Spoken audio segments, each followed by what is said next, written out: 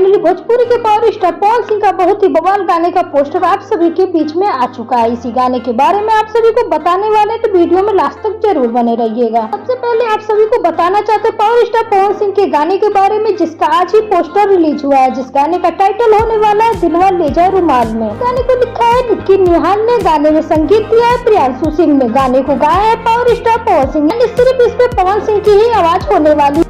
Video गाने में नजर आएंगे भोजपुरी के पावर स्टार पवन सिंह और प्रिया रघुवंशी सिंह। गाना खतरनाक, बवाल और शानदार होने वाला है, जो कि आप सभी को ये गाना बहुत ज्यादा पसंद आने वाला है।